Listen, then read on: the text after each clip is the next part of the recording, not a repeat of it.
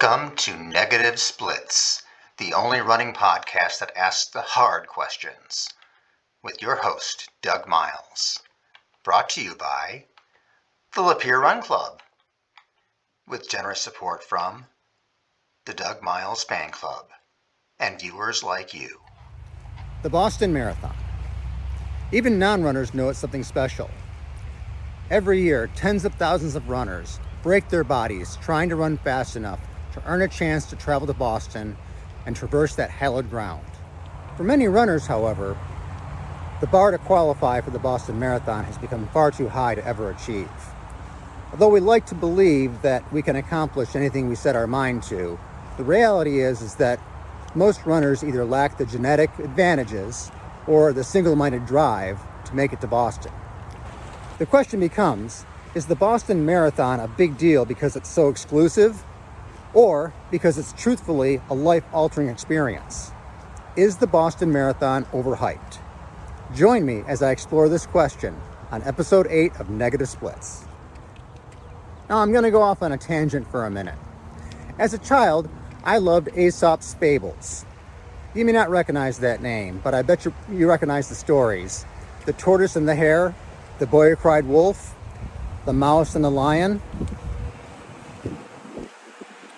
How about the fox and the grapes? No?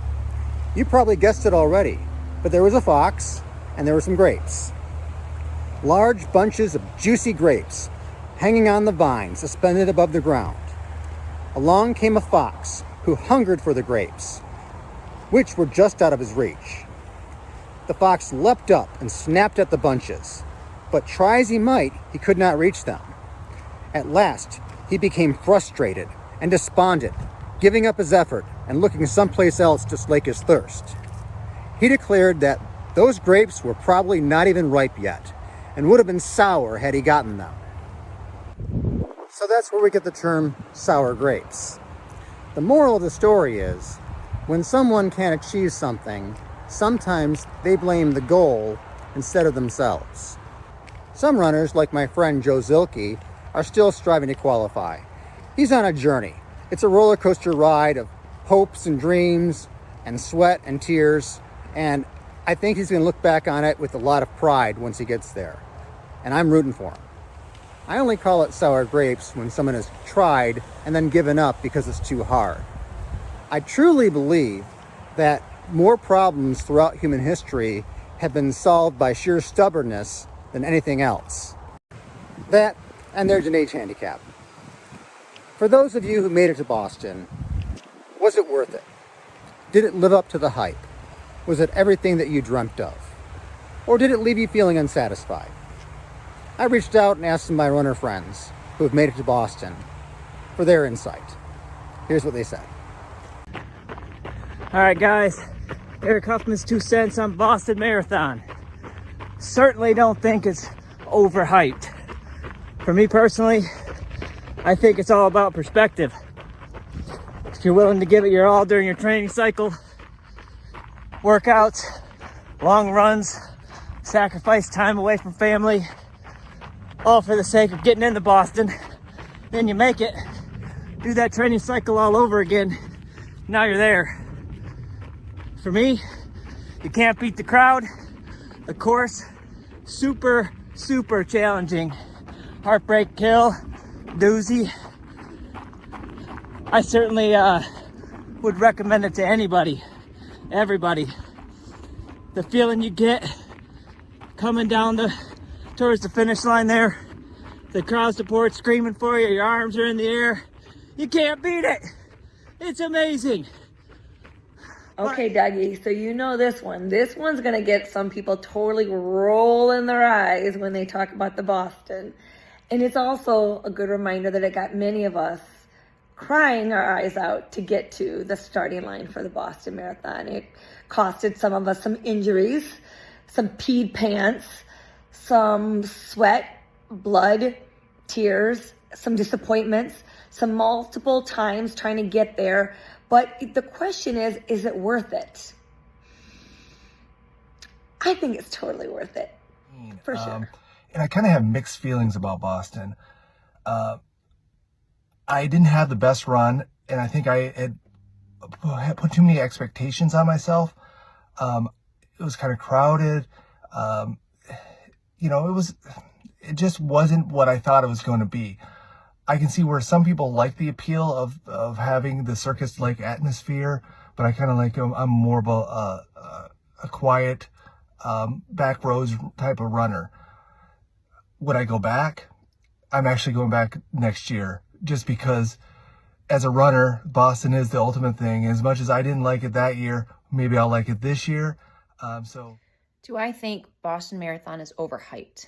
I'm probably middle of the road on this one. I do think to some extent there's more hype behind it than is necessary. In the end, a marathon is a marathon. I'm not mad that I tried to qualify because it gave me a goal to set, and I did enjoy running it. The crowd support was amazing, and for me, that's what really makes a marathon a little bit more enjoyable. If enough people that I run with were to go back, I would go again. So yeah, I'm glad I did it, but I'm also okay with it forever being a one and done. So chasing that elusive Boston unicorn, does it live up to all of the hype? And so for me, it absolutely did. The energy from the crowds, the energy from the other runners. I will say the crowd support was just unmatched. I don't think there was one quiet moment on that whole 26.2 mile course. And then running down Boylston Street is such an emotional, amazing experience. Crossing that finish line just absolutely brought me anyways to tears.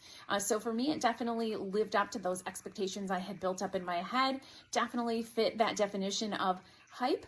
So would I do the Boston Marathon again? I think for me it was more of just getting to go and experience it with good weather and then kind of move on from there. Do I think the Boston Marathon is overhyped? My answer is no. I can understand why people would think it's an elitist kind of race. However, for me, it gave me the opportunity to really achieve something that I really never thought was possible. I started out running marathons at the 4-hour mark. And I kind of felt like there was a chance, and I wanted to prove to myself that I was capable of getting there. It was never really about anybody else. It was more about pushing myself to see what I was capable of. So for me, it was fantastic, and definitely not overhyped. When I got there, I was able to run it in person in 17 and 18. 17 was great because my parents and my entire family were there to see me run it, and it was a really proud moment for me. Would I like to go back? My answer is absolutely. I don't think Boston's overhyped. Not at all. No other race is like Boston. That finish line is special. I've run faster at other marathons. I've placed a lot higher in other marathons, but there's something about crossing that Boston finish line, a sense of accomplishment that I've never had at any other race. A lot has to do with the history of the race and the fact that it's just a really hard course.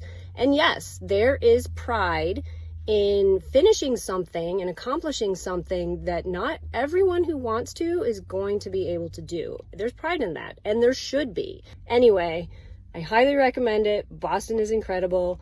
Maybe I'll see you next year because I plan on going back. Yes, I think the Boston Marathon is oversold. I enjoy running on trails, and the Boston Marathon, unfortunately, takes place on a road. So that's the first reason I think it's oversold. I also think that it's a goal that a lot of people spend too much time focusing on. There are so many really cool races in the country and in our state, locally, that the Boston Marathon is something that people really, really focus on as being an awesome race, but that there are a lot of awesome races that you could choose from.